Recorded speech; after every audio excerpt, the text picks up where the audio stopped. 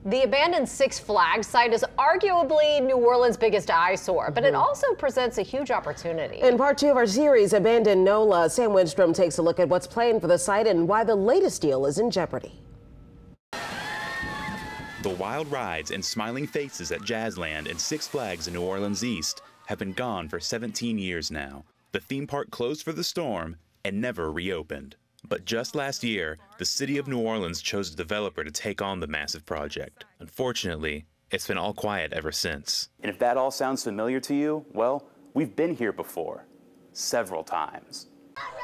Nickelodeon was going to take over the park in 2009, and in 2011, Mayor Mitch Landrieu announced that the space would become an outlet mall. Then, 7 years later, the Cantrell administration started the process to find a new developer for the site. Several candidates competed for the lease. The city initially gave the nod to a group that included Saint Stars' Drew Brees and DeMario Davis, but the community backed another plan. Bayou Phoenix. The defunct theme park would be cleared, and in its space would come a movie studio, indoor and outdoor sports complexes, 2 hotels, a water park, restaurants, and several stores. Ultimately, Bayou Phoenix got the city's approval. We're going to deliver, and we believe that Bayou Phoenix has demonstrated their ability to do just that. The city initially said the lease would be in developers' hands by the end of 2021, but a year later, the deal is still in limbo. And at the heart of that problem is the matter of control. Who has the final say on what happens at the former Six Flags site? There's a difference between oversight and interference.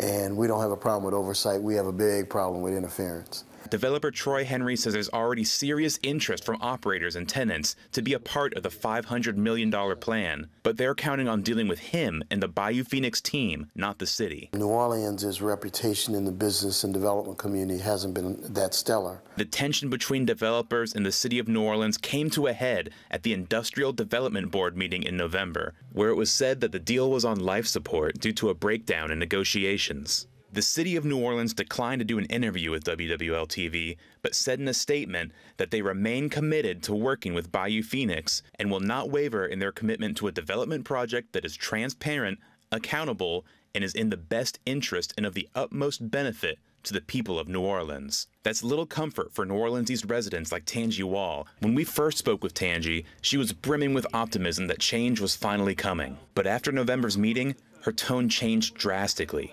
It's on life support.